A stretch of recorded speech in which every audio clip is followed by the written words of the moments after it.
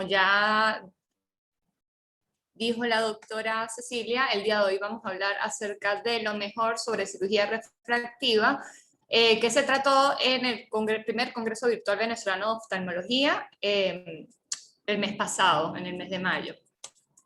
Para iniciar, bueno, una de las ponencias que me pareció bastante interesante fue la del doctor Fernando Soler, donde él presenta las nuevas familias de lentes intraoculares monofocales Plus y los lentes intraoculares tipo E2 o visión extendida.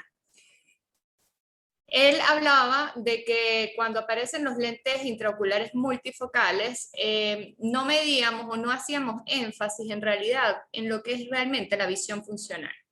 La visión funcional es aquella que está determinada por actividades que realizan las personas mayores a menudo y que ameritan mucho más el uso de la visión intermedia, como por ejemplo subir y bajar escaleras, hacer algunos deportes como practicar golf, manejar, y que pues no era tomada en cuenta cuando se idearon los lentes intraoculares multifocales. Era, digamos, una visión deficiente. Los pacientes tenían una muy buena visión lejana, cercana, pero la visión intermedia no era tan no tenían confort visual en cuanto a esta visión. Es por ello, y gracias a esto, que aparecen lentes intraoculares o nuevas generaciones de lentes para mejorar dicha visión funcional. Entre estos están los trifocales EDOF, están los de foco extendido o visión extendida y están los monofocales de alto rendimiento. Él hacía colación al término lío multifocal y manta corta, precisamente porque el paciente no quedaba totalmente conforme con la visión que le daban dichos lentes multifocales. A veces quedaban con una pobre visión intermedia, como en el caso del Lío Technis. En otros casos, como en el Lío Symphony, quedaban con una muy mala visión cercana y una buena visión intermedia. O en el caso del Panoptix, quedaba con una pobre visión intermedia. Entonces, tal cual como cuando tenemos una manta corta y pues los pies quedan prácticamente fuera de dicha manta. Da frío y por supuesto no hay confort. Justamente esto fue lo que él quiso como ilustrar con la comparación del lente intraocular multifocal. Es por ello que aparecen los lentes intraoculares monofocales Plus, entre estos el Technis Eyhance de Johnson & Johnson. Este es un lente intraocular provisto de una pieza y una misma base geométrica, el cual juega con una pequeña modificación en su centro, con una aberración esférica negativa, lo cual le da un aumento al foco de visión extendida. En este lente no hay anillos ni cambios bruscos de potencia y lo que sí recomienda la casa comercial es que para el uso de este lente dejar un mínimo de miopía, un mínimo miópico postoperatorio para así lograr una adecuada visión cercana e intermedia y una visión lejana óptima en estos pacientes. Otro de los líos monofocales Plus traídos a colación es el Isopure 123 de Isofocal Optic de Physiol. Este aumenta una aberración esférica negativa, pero no solo en la cara anterior, sino también en la cara posterior. Su superficie y su material es hidrofóbico, isofocal, y este está customizado igualmente según la potencia. Tiene una particularidad y es que sus ápticas le dan una gran estabilidad. Y por supuesto también tiene una visión intermedia bastante confortable. Otro de los lentes monofocales Plus es el Ray-Ban AMD de Reiner. Este tiene una periferia asférica, un centro esférico, lo cual le da un foco extendido y en este, a diferencia de los anteriores, juega con una aberración esférica positiva que está situada a nivel de la cara anterior de la óptica del lente intraocular. Está también el Luxmark de Bausch & Lomb. Este tiene una óptica esférica con superficie hidrofóbica, pero tiene la particularidad de que cuenta con protección UV, ultravioleta. Su centro EDOF es de 2 milímetros aproximadamente. Este combina una aberración esférica primaria y secundaria de signo opuesto, lo cual da mucho confort visual en visión intermedia o una prolongación de la visión. Las incisiones son mínimas de 2.2 milímetros y también es un lente intraocular de gran estabilidad gracias a sus ápticas. Luego están los lentes de visión extendida EDOF como tal. Estos dan lugar a la aparición de lentes bifocales, lentes intraoculares bifocales de baja edición o convencionales, los lentes intraoculares trifocales como el Acris of Panoptix, y los lentes intraoculares de rangos extendidos como el Technis Symphony, el Miniwell, Atlara, entre otros. Dentro de los tipos de lentes visión extendida tenemos el Vivity de Alcon, este aparece en el 2020. Este contiene unos elementos de transición en sus 2 milímetros centrales en la óptica del lente intraocular, y esto da una adecuada, una confortable visión cercana e intermedia con una agudeza visual lejana aceptable.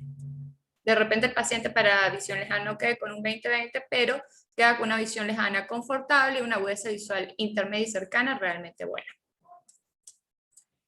El Harmonies también de Sweets Advanced Vision, este está dado por una superficie refractiva periférica en su óptica, la cual va a dar la visión lejana, la superficie asférica central que va a dar la visión intermedia, y una superficie difractiva de 3.7 milímetros de diámetro que está en el medio de las otras dos, y esta va a dar la visión cercana. En cuanto al Lucidis o el Eden, son también lentes intraoculares visión extendida de la misma casa comercial Sweets Advanced Vision. La diferencia de esto está en que el Lucidis tiene un elemento asférico de 1 solo milímetro a nivel central y un elemento refractivo periférico de 6 milímetros. En cuanto al Eden, se diferencia en el diámetro de cada área de visión para visión intermedia, periférica, intermedia, cercana y lejana respectivamente. Otros lentes intraoculares traídos a colación en dicho congreso está el Acufux de IC8. Este es un lente intraocular que se basa en el principio pinhole, o estenopeico. Es un lente de alto costo, pero que da una adecuada visión lejana, intermedia y cercana. Tiene un agujero central de 1.36 milímetros, que es precisamente lo que da el efecto pinhole. Por lo general, lo que se recomienda es que este lente intraocular sea implantado en el ojo no dominante del paciente, y en el ojo contralateral se recomienda utilizar un monofocal asférico para lograr un confort visual, un gran confort visual. Otro tipo de lente que también utiliza el principio pinhole es el Extrafocus 93L. Este está indicado precisamente para el manejo de presbicia y también el manejo de astigmatismos irregulares, posqueratotomías radiales, en pacientes con ectasias corneales como queratoconos, degeneraciones marginales pelúcidas, pacientes con irregularidades a nivel de la córnea, sea por leucomas, traumas corneales perforantes, etc. Dentro de los lentes intraoculares de visión continua, de los que se trató, estaba el Tecnis Synergy, que es pues, de la casa Johnson & Johnson. Este es un lente intraocular de visión extendida con visión cercana mejorada. No se considera un lente intraocular trifocal. Lo que se recomienda es que con este lente no debe quedar un residual miópico, porque disminuye la calidad de visión en las demás distancias. Es considerado un híbrido entre lo que sería un trifocal y un lente de visión extendida, y este debe calcularse con la fórmula de Barrett universal. El Fine Vision de Fisher es también de un material hidrofóbico. Este fue el primer lente de visión extendida trifocal. Este contiene 12 zonas difractivas únicas y sin escalones, lo que da una mejor transmisión y distribución de la luz, sin que haya interferencia por el tamaño de la pupila del paciente, y además de esto disminuye los fenómenos de difotopsias negativas, deslumbramientos, por lo que pues, da un confort visual al paciente, sobre todo en horas nocturnas, ¿ok? Y está libre también de aberraciones cromáticas.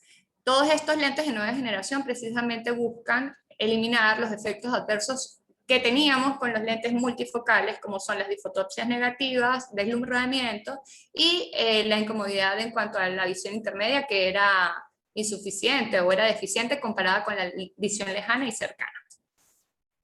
Otros lentes intraoculares usados actualmente está el lente de Carleval de Soleco, que es un lente utilizado para fijación escleral sin sutura, sobre todo en pacientes afáquicos, donde no ha quedado residual o saco capsular, y pues amerite un implante secundario o inclusive en el mismo momento que ocurra. Lo que se recomienda es que haya una vitrectomía, se realice una vitrectomía vía pars plana previo a la colocación del lente intraocular.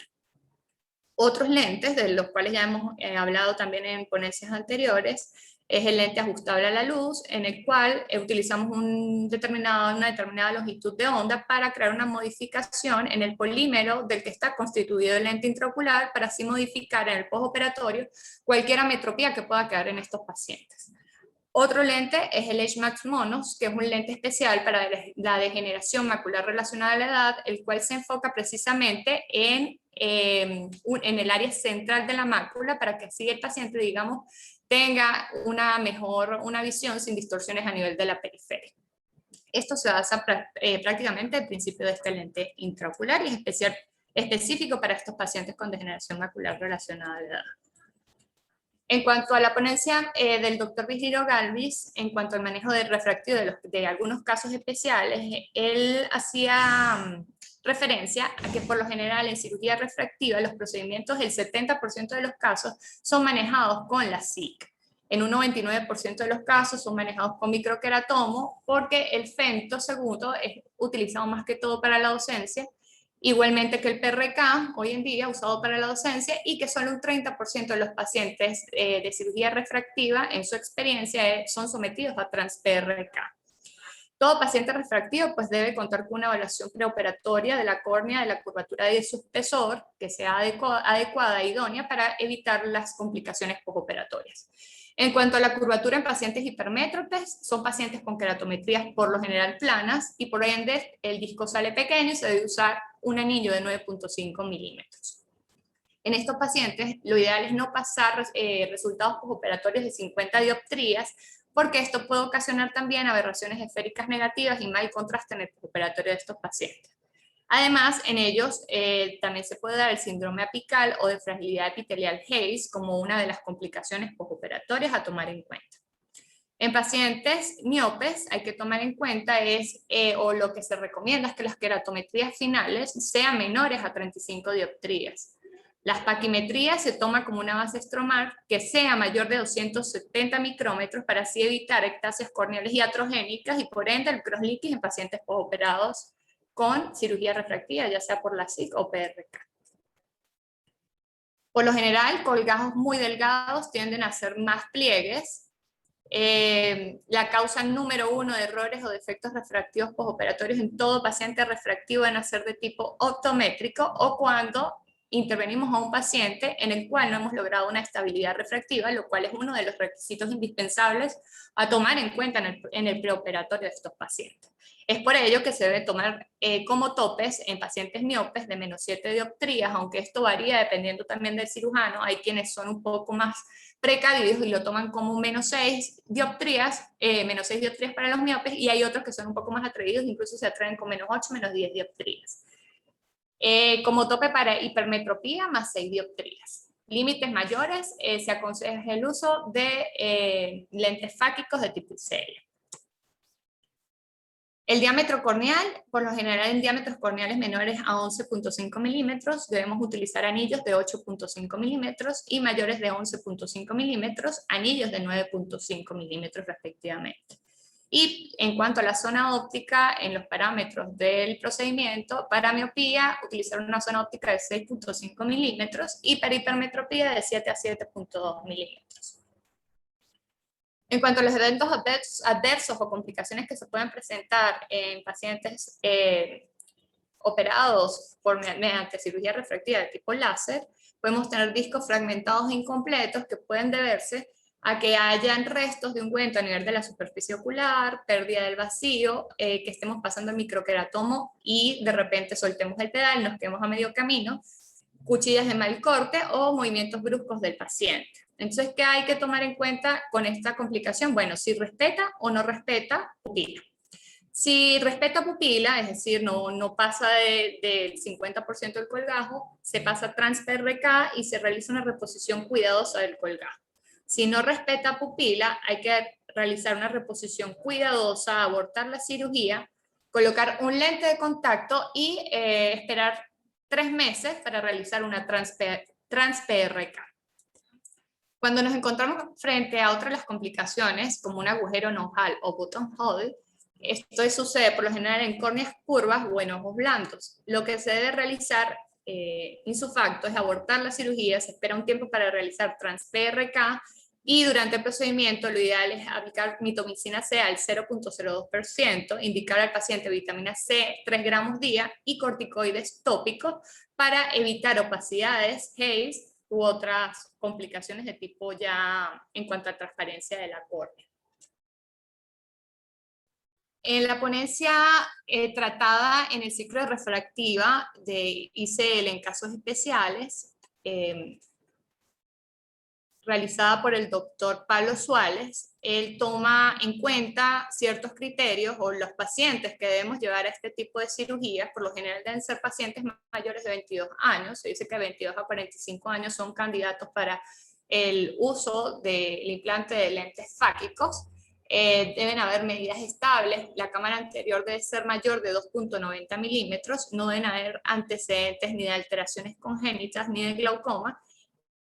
Él hablaba de que era controversial, que pues, algunas literaturas dicen que estos pacientes deben contar con una adecuada topografía corneal. Esto es bastante controversial porque precisamente la mayoría de pacientes candidatos a implantes de lentes fáquicos de tipo ICL son pacientes con topografía.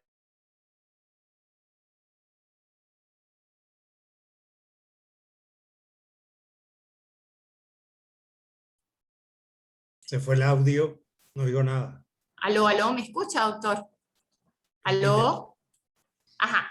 Que el doctor Pablo Suárez habla de las indicaciones del ICL en casos especiales, ¿sí? Se dice que tiene que ser en pacientes mayores de 22 años y que el límite de edad es hasta los 45 años con medidas estables, con una cámara de 2.90 milímetros, que el paciente por supuesto no tenga ni antecedentes de alteraciones congénitas ni de glaucoma, y que era controversial porque muchas literaturas hablan de que estos pacientes deben tener buenas topografías corneales, lo cual es bastante erróneo porque muchos de los pacientes candidatos a implantes de lentes fáquicos son pacientes con topografías bastante alteradas, pacientes con ectasias corneales como queratocono, y son pacientes que han tenido resultados bastante satisfactorios posterior al implante de este lente intraocular. De este tipo de lentes fáquicos tenemos los ICL esféricos, sobre todo son indicados en pacientes que no toleran, y están los ICL tóricos, que son para pacientes que toleran cilindros altos. Entonces, acá traigo un esquema, tomando en cuenta el estado refractivo residual en pacientes, por ejemplo, con queratocono. Hay que tomar en cuenta si estos pacientes tienen una simetría bastante marcada, pero si tienen buena o mala agudeza visual. En el caso de que tengan buena agudeza visual, inicialmente podemos indicar anteojos, lentes de contacto blanda, pero si ya el paciente no quiere esto y quiere una opción ya más quirúrgica, podemos ofrecer el uso de lentes fáquicos. Sobre todo en el caso de altas ametropías, en pacientes que no toleren el lente de contacto y que ya no quiera utilizar anteojos. En el caso de pacientes con una simetría bastante marcada, pero que tengan mala agudeza visual, acá debemos probar con lentes de contacto y adaptar lente escleral, porque pues tampoco podemos ofrecer o dar demasiadas expectativas a un paciente que realmente no va a corregir. También el lente de colímero libre de colímeros es utilizado en pseudofaquia como add-on para la corrección de ametropías residuales. Esto pues es un gran avance tecnológico. Hay que tomar en cuenta que no existe ninguna facorefractiva sin corrección de astigmatismo y es indicado en pacientes que no son candidatos a la SIC o posoperados de cataratas congénitas. Las conclusiones, bueno, se evidencia mejoría de agudeza visual en este tipo de implante de lente intraocular respecto a lentes convencionales. Pacientes que no mejoran con este lente ya es por ambliopía. Se han obtenido muy buenos resultados en pacientes con queratocono, como ya lo he explicado anteriormente, y es un procedimiento rápido con buena curva de aprendizaje. Lo que sí hay que tener en cuenta es que el implante de lente debe ser cuidadoso. Por lo general el implante se realiza a nivel surcociliar, justo entre la parte posterior del iris y la parte anterior del cristalino. Entonces, pues, debe ser implantado de forma delicada. También se implanta a través de incisiones pequeñas de 2.2 milímetros que no ameritan ser suturadas. En cuanto a las estrategias de cálculo del lío posterior a cirugía refractiva presentado por el doctor Juan Guillermo Ortega de Colombia, él habla de que, bueno, el 15 a 20% de los pacientes en los cuales se calcula el lente intraocular actualmente por métodos que están en boga, y todos estos pacientes van a tener un error refractivo de más o menos 0.5 dioptrías. ¿Cuáles son los errores más comunes? Por lo general, cuando tenemos un error en la longitud axial de 1 milímetro, esto va a traducirse en un error refractivo de 2.7 dioptrías. Cuando un error de 1 milímetro en radio de curvatura, esto se va a traducir en 5.7 dioptrías de error refractivo. En cuanto al ACD postoperatorio, un error de 1 milímetro se va a traducir en 5 dioptrías, y un error de 1 dioptría en el cálculo del lente intraocular va a traducirse en 0.7 dioptrías de error refractivo. Entonces, pacientes que ya han sido operados con cirugía refractiva, en el caso de los LASIK miópicos, esto tiene una mejor predictibilidad refractiva a la hora del cálculo del lente intraocular, comparado con los pacientes que fueron sometidos a queratotomías radiales, en los cuales hay una menor o peor predictibilidad refractiva. En cuanto a los errores en el cálculo, bueno, el cambio del poder corneal, ya sea por alteraciones de la cara anterior y posterior de la córnea, o en el caso de las queratotomías radiales, que pues dan una inestabilidad bastante importante a la córnea. El cambio de esfericidad por aberraciones esféricas negativas en los pacientes hipermétropes o esféricas positivas en los pacientes miopes. Y errores en la estimación de la posición efectiva del lente o el cálculo errado del poder del lente intraocular. ¿Cuáles son las estrategias que tenemos a mano hoy en día? Guiarnos por la topografía, sobre todo por el Pentacam, y medir el astigmatismo, tomar en cuenta el poder total de la córnea, la esfericidad, y cada uno de los datos que nos da, o las herramientas que nos da la topografía. Y otra de las maneras es midiendo la longitud axial con Aeromaster y haciendo el cálculo a través de fórmulas como High-Sweet, Barrett-True o Panacea. En cuanto a los escenarios visuales postoperatorios, bueno, hay que tomar en cuenta la pérdida de acomodación de estos pacientes, las ametropías inducidas en ellos, los fenómenos fóticos o difotopsias secundarias al lente intraocular que van a presentar, las aberraciones de alto orden previas por su cirugía refractiva primaria, la elección del lente intraocular asférico versus esférico y la readaptación a una nueva óptica, ya sea de tipo monofocal, tórica, bifocal o trifocal, dependiendo del caso. Uno de los primeritos problemas que va a presentar todos los pacientes postoperados de cirugía refractiva es el ojo seco. Es por ello que en estos pacientes debemos medir defectos esféricos residuales, aberraciones corneales preexistentes y nuevas, y las quejas relacionadas sobre todo a la mala calidad visual, como los glistening, difotopsias, y manejar primariamente también los síntomas de ojo. ¿Cómo enfrentamos malos resultados visuales en pacientes postoperados de cirugía refractiva o con ametropías residuales posterior a su pseudofactia? Podemos manejarlos con excimer láser, ya sea por PRK o LASIK. Podemos hacer una corrección guiada por topografía, lentes secundarias add-on en cámara anterior o posterior, o recambios de lente intraocular, que es un poquito pues ya más engorroso, pero pues también es una opción. En cuanto a la ponencia presentada por el doctor Jesús Noel sobre el SMILE, que es pues, una técnica quirúrgica novedosa en cuanto a cirugía refractiva, debido a que la incisión es muy pequeña, esta se basa en el uso de absorción de energía, disrupción de los átomos, expansión del plasma, lo cual crea pues, unas burbujas de cavitación que con presión por expansión van a hacer que haya una fotodisrupción de las células y se pueda formar lo que sería el lentículo, el cual se extrae a través de una incisión muy pequeña, precisamente se denomina SMILE o sonrisa porque tiene la apariencia de... La ventaja de esto pues, es menor trauma quirúrgico y nos evitamos complicaciones postoperatorias como los pliegues en el caso del LASIK. ¿Qué datos debemos tomar en cuenta en el preoperatorio? Agudeza visual de estos pacientes. Debemos tomar tanto refracción manifiesta como cicloplégica. Guiarnos por las queratometrías, por el OPSCAN o Pentacam, presión intraocular, taquimetría y diámetro pupilar. Las indicaciones, mayores de 18 años, por supuesto que tengan su estabilidad refractiva. Está permitido hasta menos 10 dioptrías de equivalente esférico, astigmatismo máximo de menos 5 dioptrías. Topografías corneales normales, sin evidencia de ectasias, paquimetrías mayores de 480 micrómetros y sin cambios a nivel de cristalino, ya sea opacidad, glaucoma u otros problemas oculares.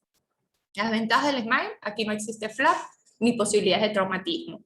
Hay menor incidencia de ojo seco postoperatorio comparándolo con otros procedimientos refractivos como el LASIK o PRK. Hay una mejor biomecánica de la córnea, menor posibilidades de ectasia, mayor precisión y estabilidad a largo plazo. Se puede realizar retratamiento en estos pacientes, hay menor invasión para retiro de tejido y pues el hecho de que sea una incisión muy pequeña, pues menor el tiempo de recuperación y no hay complicaciones, como ya lo decía, relacionadas con el flanco. En cuanto a las complicaciones que se puedan presentar, dificultad para extraer el lentículo, desepitelización, desgarros en la incisión, pérdida de la succión, lentículo incompleto, black spot o hemorragias interfase. Bueno, este es básicamente el resumen que traje del tópico de refractiva presentado en el Congreso y bueno, yo pienso que tenemos muchas opciones a la mano hoy en día para manejar la calidad visual de nuestros pacientes. Evidentemente, cada quien decide cómo quiere ver el mundo, pero pues nosotros tenemos en nuestras manos la responsabilidad de darle una visión, una mejor visión a nuestros pacientes. Entonces, pues, vale destacar que hay que evaluar minuciosamente cada caso previamente a tomar cualquier decisión de tipo quirúrgico para manejar cada uno de nuestros pacientes. Muchísimas gracias. Excelente, Astrid. Súper bueno tu resumen. Gracias, doctora. Súper bueno tu resumen. Bueno, voy a hacer unos pequeños comentarios e invitar a todas las personas que están conectadas a que hagan sus comentarios también, pues aquí más que hacer preguntas, se trata es de hacer comentarios porque la ponencia obviamente no es de la doctora, sino que ella lo que hizo fue extraer un resumen de lo presentado allá.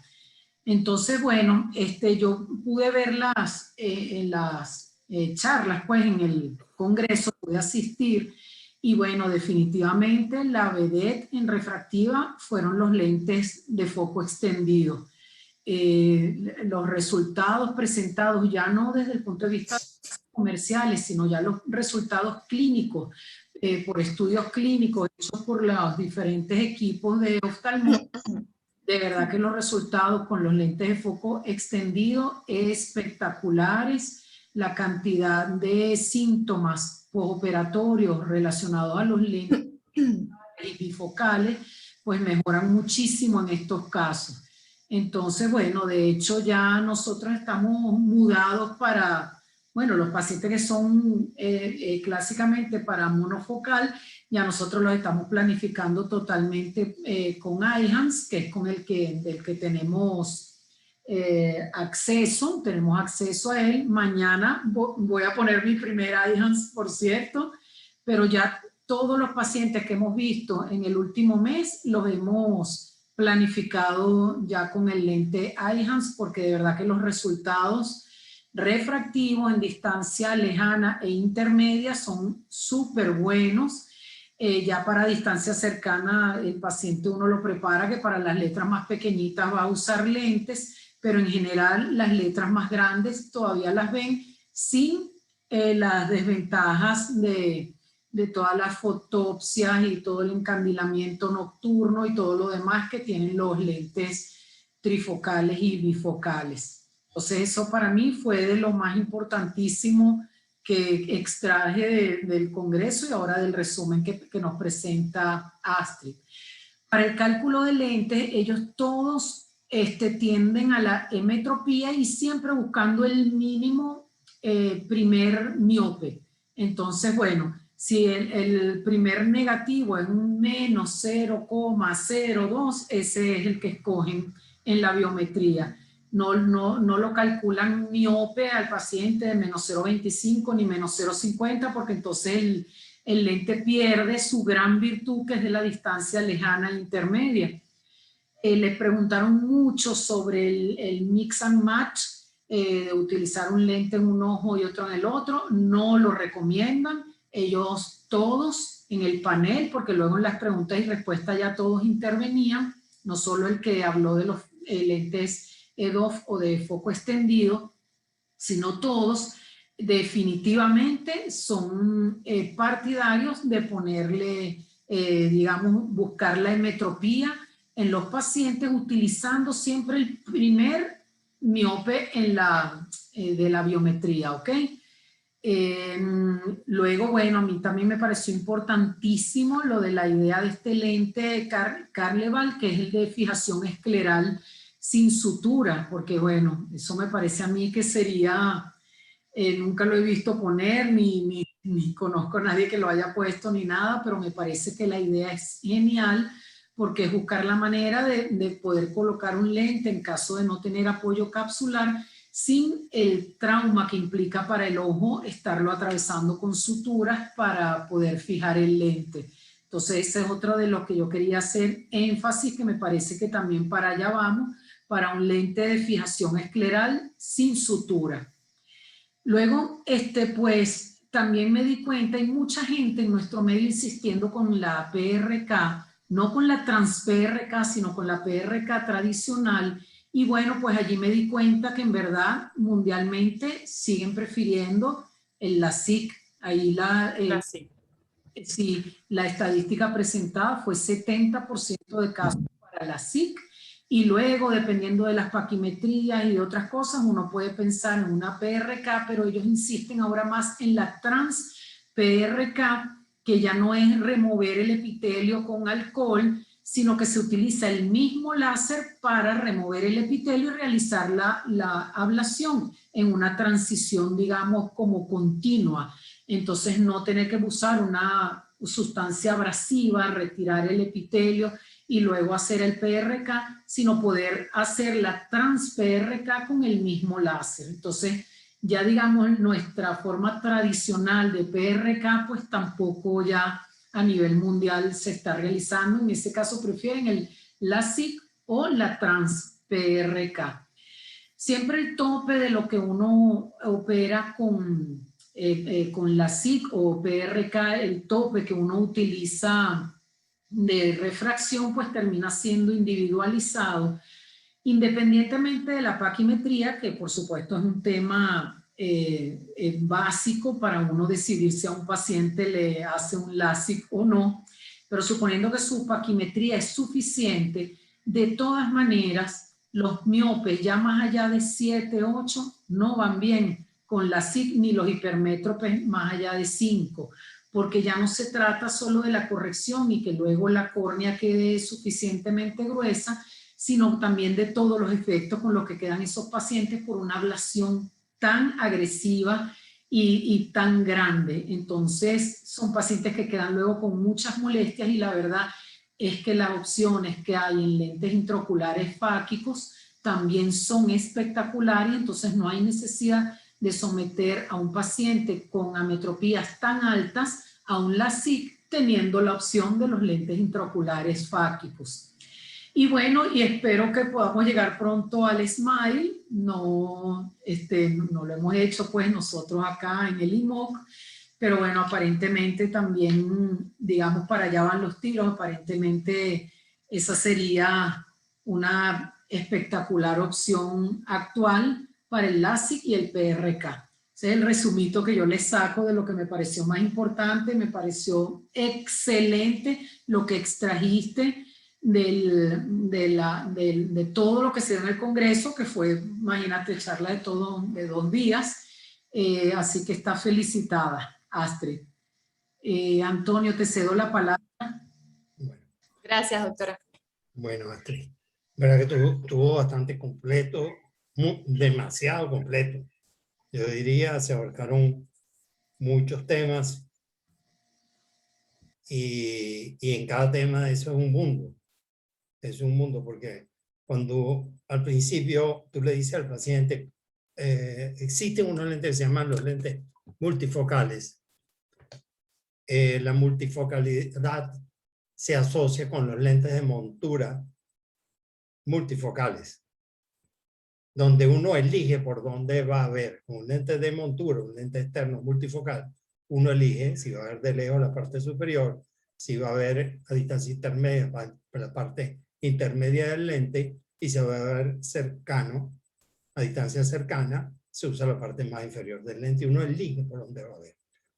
Entonces, ese término fue aplicado al lente intraocular Y yo creo que ahí donde se destapa una grandísima confusión, porque el paciente interpreta que va a ser igual el resultado que obtiene con un lente externo multifocal con un lente intraocular multifocal, en donde él no puede elegir por qué parte del lente va a ver, sino ese lente, una vez colocado dentro del ojo, ya queda fijo y no hay forma de que él elija por qué parte del lente va a ver.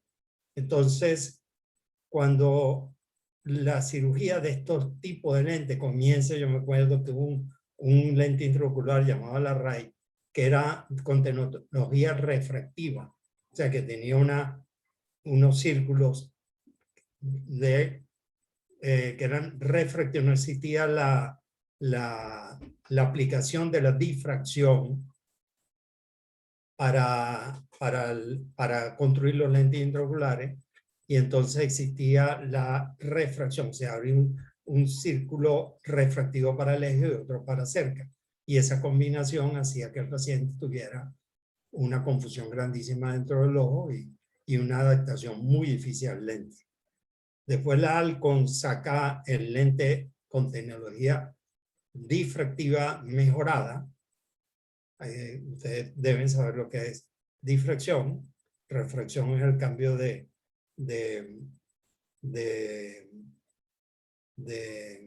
dirección de la luz por las diferentes densidades de los medios que atraviesa, y la difracción por el borde del lente, como funcionaban las cámaras de fotografía primitivas, que tenían un pequeño orificio, y cuando la luz pasa por el borde de algún objeto, bueno, cambia también, hay un cambio de dirección. Y eso lo mejoraron, la óptica la mejoró la Storz,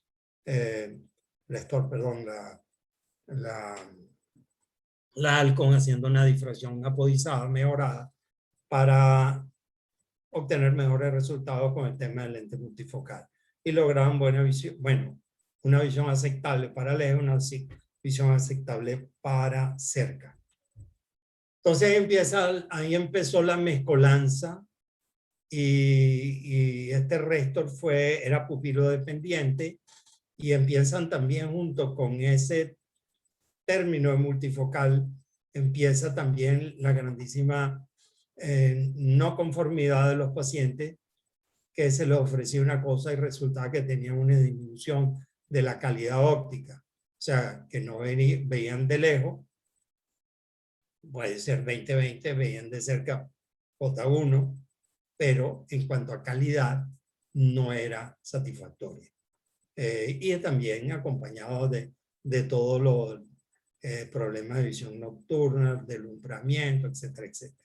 Todas esas situaciones, según la historia de fabricación de los lentes intraoculares hasta la actualidad, han sido o han estado siendo modificadas a través del tiempo para disminuir, así como hicieron con el Array, el primero, que tenían una porción refractiva para lejos y una porción refractiva para cerca, le quitaron una porción refractiva y la convirtieron en una combinación de refractiva con difractiva, teniendo un éxito mayor en cuanto a la mejoría o a la satisfacción del paciente.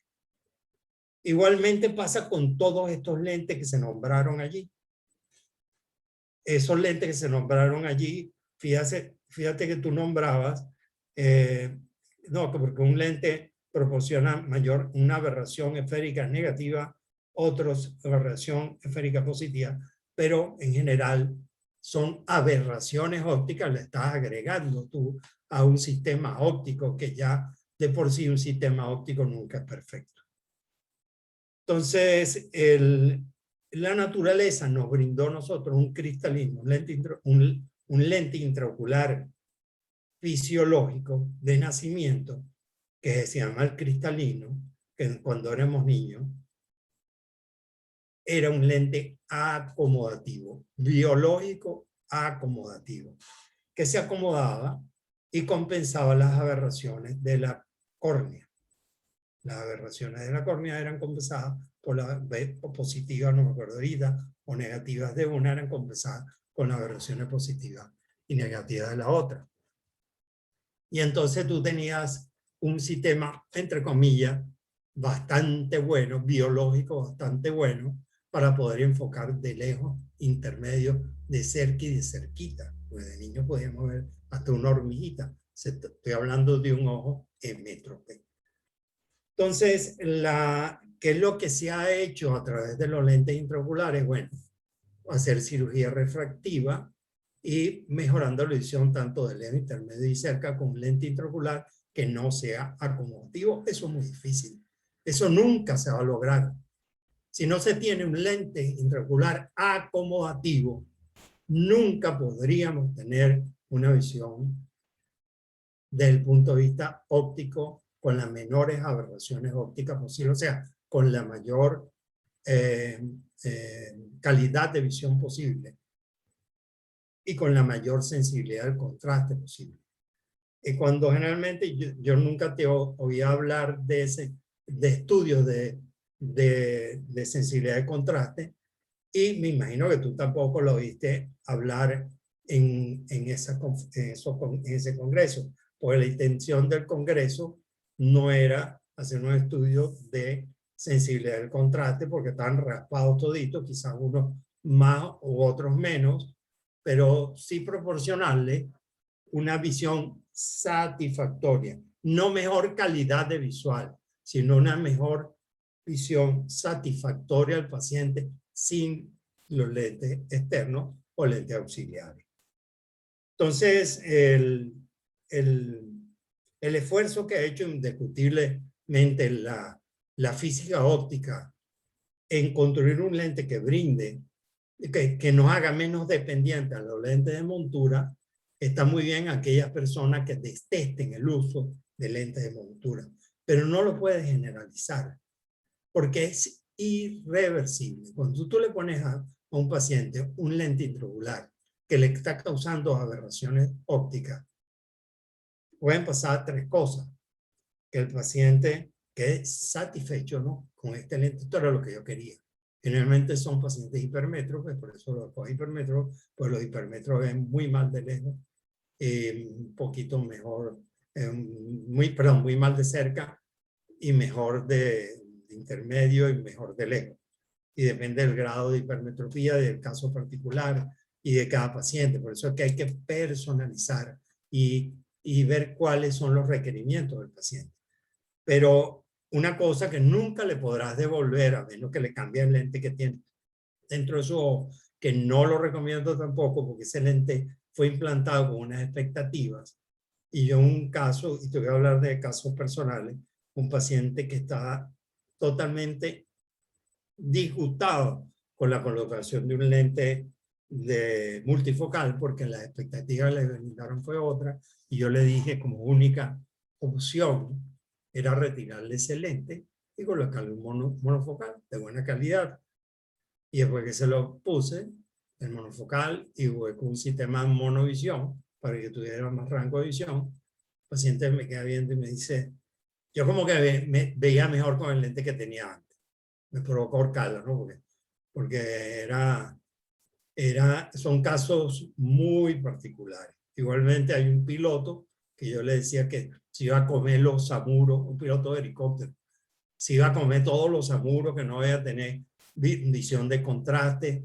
No, pero que yo estoy hipermétrope. Él pilotaba los helicópteros sin lentes, porque no le gustaban los lentes externos, no le gustaban los lentes de contacto, era hipermétrope, y él decía que él volaba sin lente y cualquier cosa le pusiera dentro de su ojo. Era buena.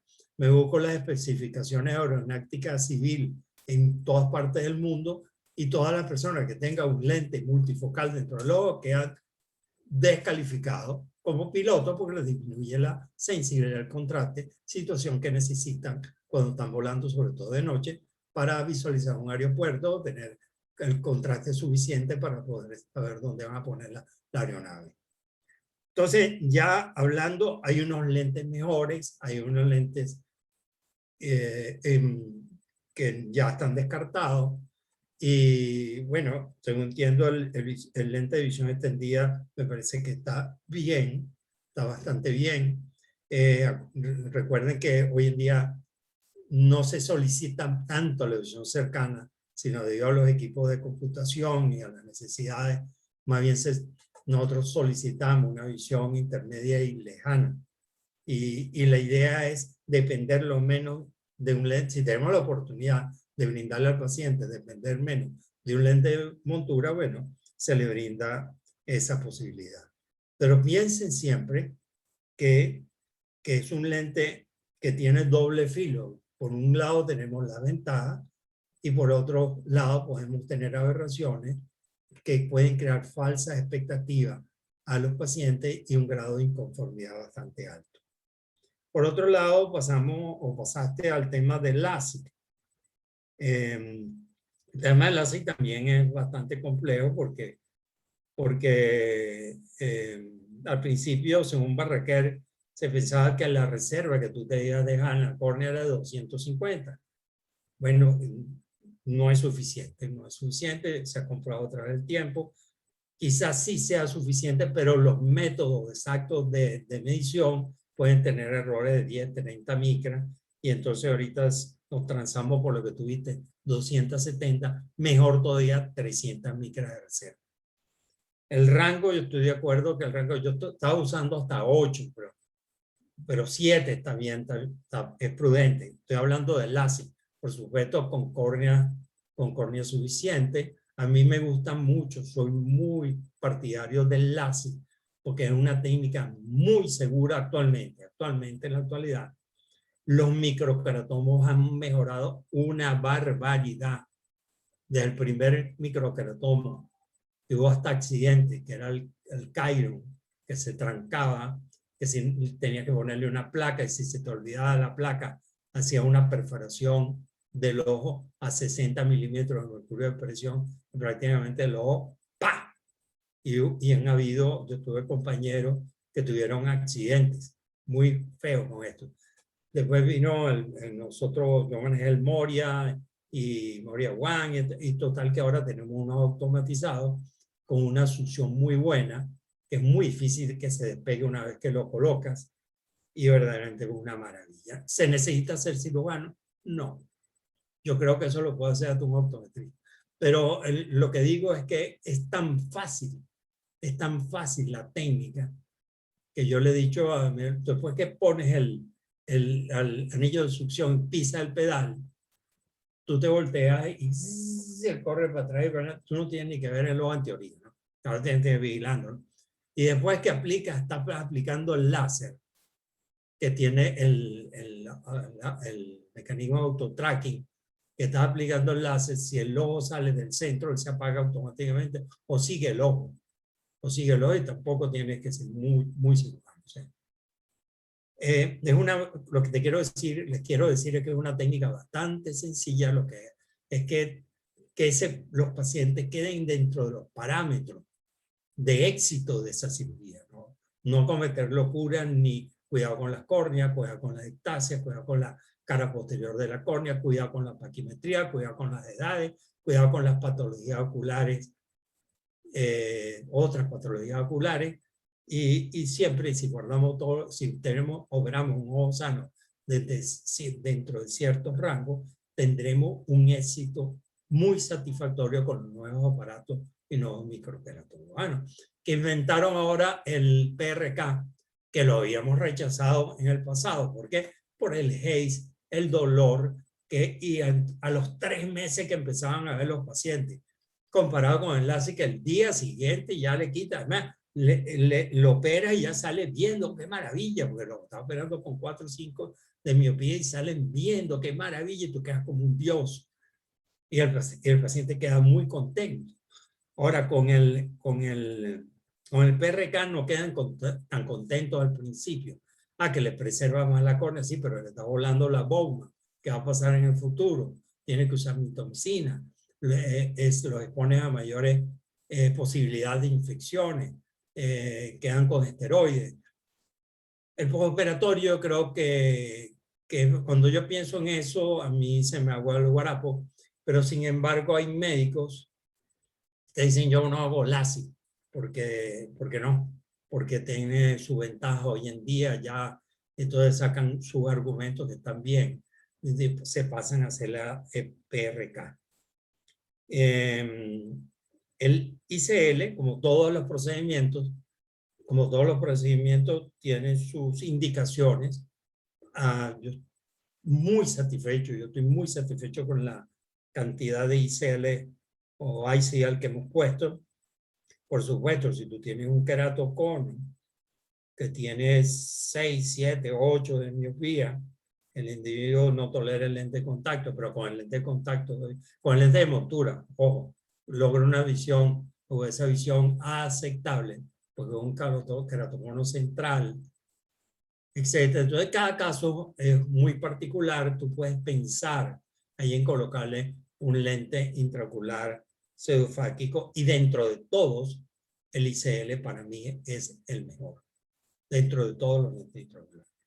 El ICL digo, pero ahora ahí la casa Biotech sacó otro camita de precio y es, ojo, para mí es más fácil de poner por el material, es más fácil de manipular.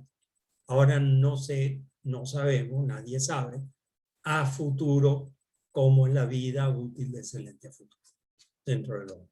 Pero es igualito al ICL, pero más barato y más fácil de colocar.